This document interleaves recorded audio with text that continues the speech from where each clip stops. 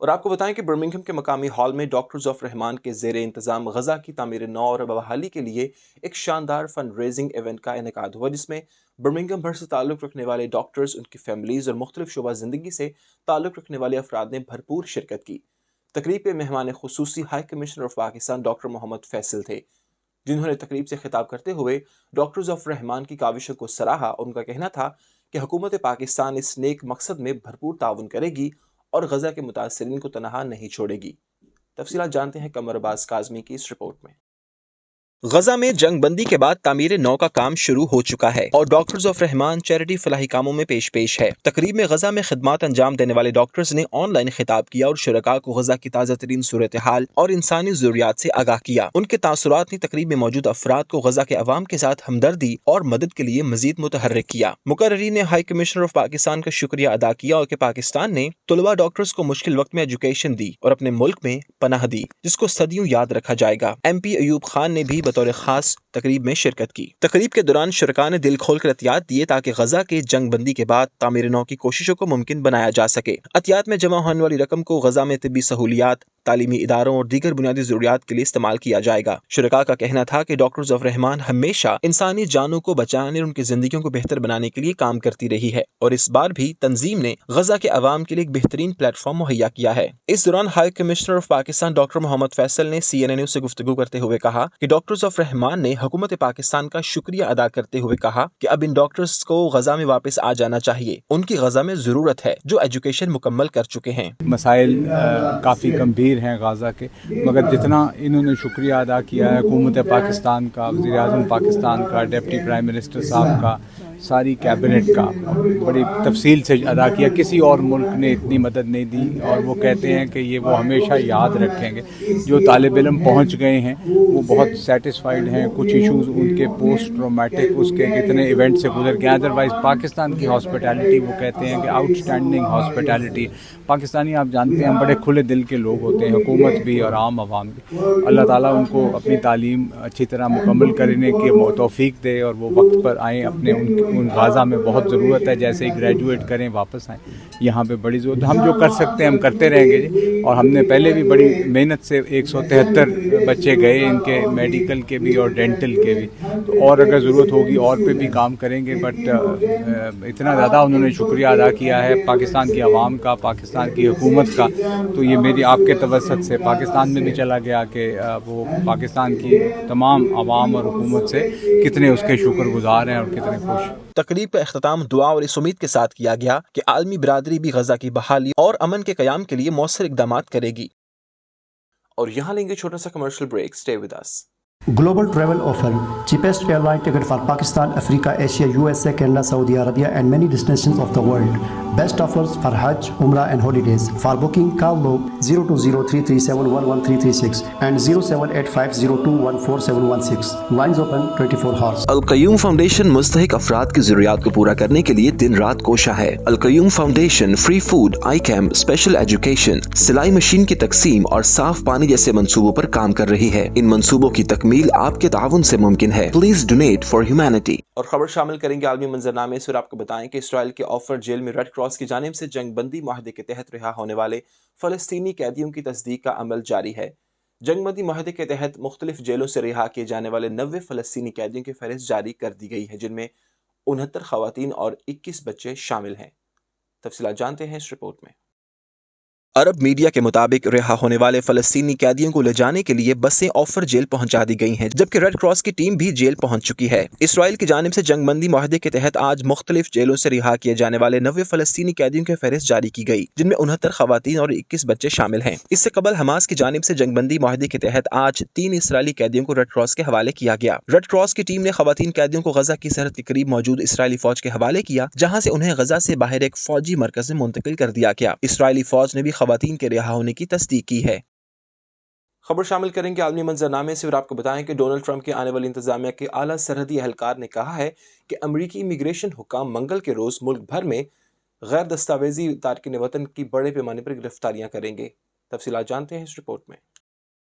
پیر کو white house واپسی کے بعد ریپبلکن صدر ٹرمپ کا یہ پہلا اقدام ہوگا جنہوں نے لاکھوں غیر دستاویزی تارکین وطن کو امریکہ سے ملک بدر کرنے کی مہم کے عزم کو برقرار رکھا ہے۔ ٹرمپ کی نئی انتظامیہ نے منگل کو شکاگو میں امیگریشن چھاپا شروع کرنے کا منصوبہ بنایا ہے۔ خیال رہے کہ مڈ ویسٹرن شکاگو ڈیموکریٹس کی زیر قیادت امریکی شہروں میں سے ایک ہے جنہوں نے خود کو تارکین وطن کے لیے پناہ گاہیں قرار دیا ہے، یعنی انہیں صرف قانونی تارکین وطن کی حیثیت نہ ہونے کی وجہ سے گرفتار نہیں کیا جائے گا۔ بھوک پیاس اور سمندر میں پھینکے جانے کا خوف، پاکستانی تارکین وطن کے لاوارث کشتی پر گزرے 13 دن۔ کشتی کے اس 13 روزہ سفر سے زندہ بچنے والے افراد کا کہنا تھا کہ اسمگلرز کی جانب سے روزانہ کی بنیاد پر تشدد کیا جاتا، جبکہ بعض مسافروں کو سمندر میں پھینک دیا گیا۔ تفصیلات جانتے ہیں اس رپورٹ میں۔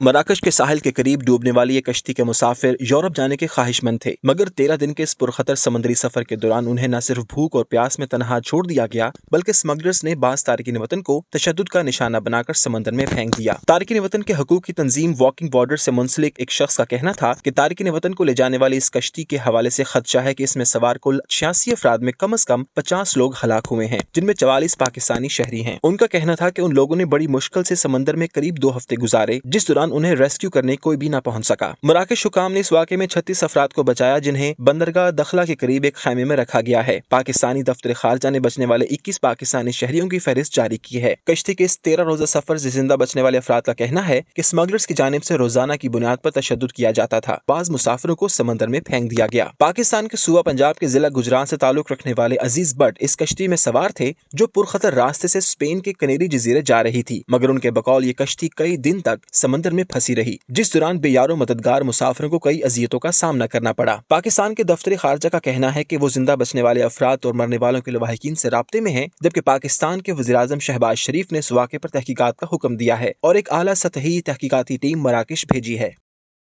خبر شامل کریں گے کھیلوں کے میدان سے اور آپ کو بتائیں کہ پاکستان نے ویسٹ انڈیز کو شکست دے کر ٹیسٹ کرکٹ میں منفرد ریکارڈ بنا لیا۔ پاکستان نے سیریز کے پہلے ٹیسٹ میچ میں ویسٹ انڈیز کو 127 رن سے شکست دے دی۔